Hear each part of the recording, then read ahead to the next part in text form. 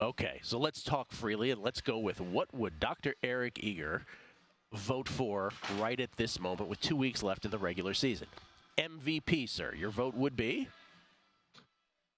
My vote would be the favorite, Lamar Jackson. I understand the EPA and everything is not as high as some of the other guys, but when you look at sort of the gravity that he has, the 12 rushing touchdowns by Gus Edwards, almost all of them are like untouched because the linebackers are afraid of Lamar. Obviously, increases of passing ability.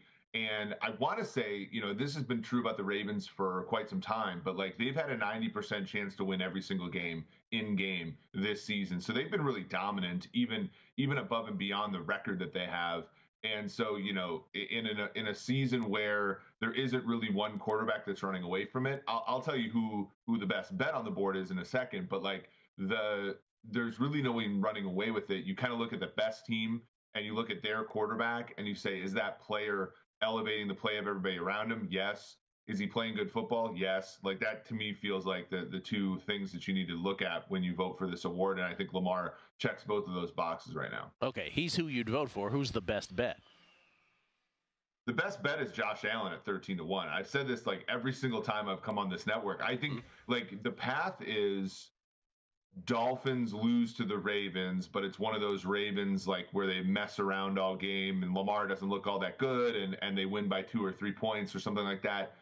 And then the Bills win the AFC East because Josh Allen goes crazy the last 2 games, and including a game against the Dolphins. And that to me would be a path where you could see Josh Allen winning it. I don't think you can see Dak, even though I think he's deserving of consideration, because Dallas probably isn't going to win the division, and there aren't that many compelling. Like Detroit's a compelling game, and it's an island game, so maybe that's going to help him a little bit. But I just think the path is weird for Prescott, but there is an out for Josh Allen. It's Finns lose the last 2, but they make Lamar look not impressive in the process, and then Josh Allen looks amazing, and they win the division.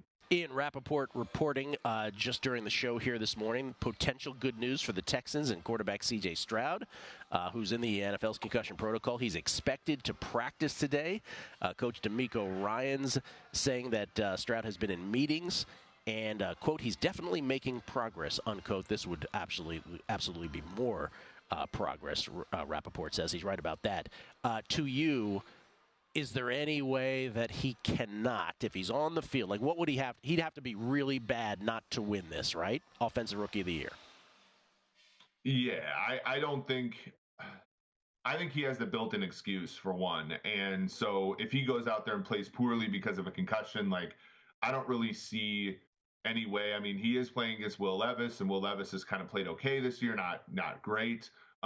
So you could see maybe a contrast hurting him, but no, I mean, he's the heavy favorite, and I think he really should be. Yeah, I would disagree in terms of, I think if he did play poorly, and Puka Nacua is setting records, multiple records, I'm not sure that I would go that far, but I would agree with you that it would, if there's anything credible, it would be C.J. Stroud. So I'll agree with you in that respect. Is there any other award? I mean, comeback player of the year, I even hesitate to ask you because who knows, right? But who would you vote for?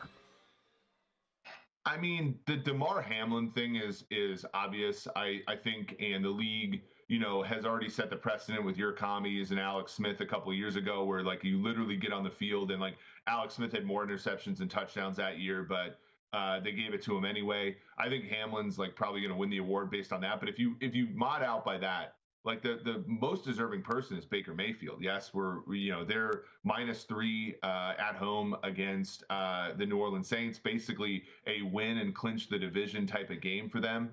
And, that's incredible considering Mayfield was one of the worst quarterbacks statistically in the NFL last year and was run out of Cleveland the year before. Mayfield has certainly impressed greatly on a team that I don't even know if they do that much to help him other than have great receivers. They run the ball a lot on early downs and all that kind of stuff. He's overcome a lot, and I think he's deserving of the award if you don't give it to Hamlin. Any other award market that you think is mispriced?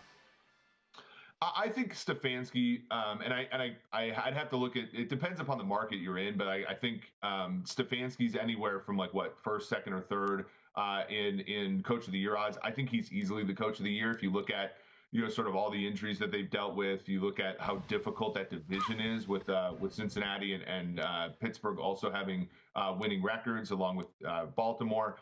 He's easily the coach of the year, in my opinion. And I think the only reason they're not giving it to him is because that award is sort of a fraudulent award. Like literally everybody that wins it, like Dable, Vrabel, like those guys almost never repeat. And so I think there's a bias against guys that have won it before. And that's would be Stefanski in 2019. So I think that's why he's getting the nod. I think Campbell's getting a Lifetime Achievement Award if he gets this rather than a pat on the back for what he's done this year. I thought his job last year was much more impressive than the job he's done this year. Go to VSiN.com/subscribe to become a VSiN Pro subscriber today.